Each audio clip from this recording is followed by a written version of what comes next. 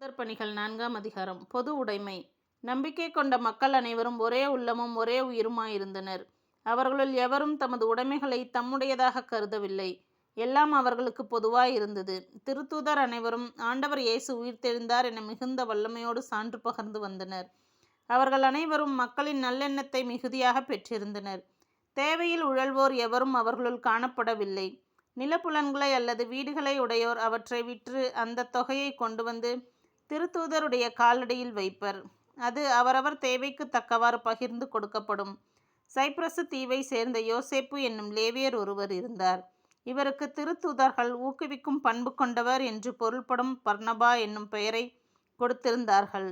அவர் தமது நிலத்தை விற்று அந்த பணத்தை கொண்டு வந்து திருத்தூதர்களது காலடியில் வைத்தார். 5ஆம் அதிகாரம். அனனியாவும் சப்பிராவும். அனனியா என்னும் பெயருள்ள ஒருவன் இருந்தான். அவன் தன் மனைவி சப்பிராவுடன் சேர்ந்து தன்னுடைய நிலத்தை விற்றான். விற்ற தொகையில் ஒரு பகுதியை தன் மனைவி அறிய தனக்கென்று வைத்து கொண்டு மறுபகுதியை திருத்தூதரின் காலடியில் கொண்டு வந்து வைத்தான். அப்பொழுது பேதுரு, அனனியா, நீ நிலத்தை விற்ற தொகையின் ஒரு பகுதியை உனக்கென்று வைத்து கொண்டு தூய ஆவியாரிடம் பொய் சொல்லும்படி சாத்தான் உன் உள்ளத்தை ஆட்கொண்டதேன்? அது விற்கப்படுவதற்கு முன்பு உன்னுடையதாகனே இருந்தது. அதை விற்ற பின்பும் அந்த பணம் உன்னுடையது, உரிமையாகத்தானே இருந்தது. பின்பு ஏன் நீ இச்செயலுக்கு உன் உள்ளத்தில் இடமளித்தாய்? நீ மனிதரிடம் அல்ல, கடவுளிடமும் அல்லவா பொய் சொன்னாய் என்று கூறினார். அவர் கூறியதை கேட்டதும் அனனியா கீழே விழுந்து உயிர் விட்டான்.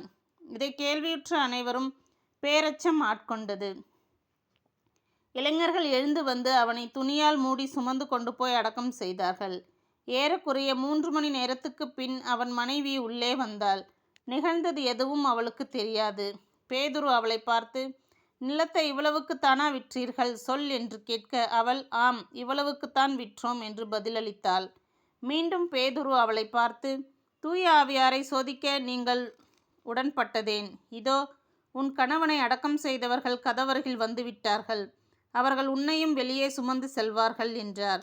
உடனே அவள் அவர் காலடியில் விழுந்து உயிர் விட்டாள். இளைஞர்கள் உள்ளே வந்து அவள் இறந்து கிடப்பதைக் கண்டு வெளியே சுமந்து கொண்டு போய் அவள் கணவனுக்கு அருகில் அடக்கம் செய்தார்கள். திருச்சபையார் யாவரையும் இதை கேள்வியுற்ற அனைவரையுமே பேரச்சம் ஆட்கொண்டது. அடையாளங்களும் அருஞ்செயல்களும். மக்களிடையே பல அடையாளங்களை அருஞ்செயல்களும் திருத்தூதர் வழியாக செய்யப்பட்டன. அனைவரும் சாலமோன் மண்டபத்தில் ஒருமனத்தவராய் கூடி வந்தனர். மற்றவர் யாவரும் இவர்களோடு சேர்ந்து கொள்ள துணியவில்லை. ஆயினும் மக்கள் இவர்களை பற்றி பெருமையாக பேசினர்.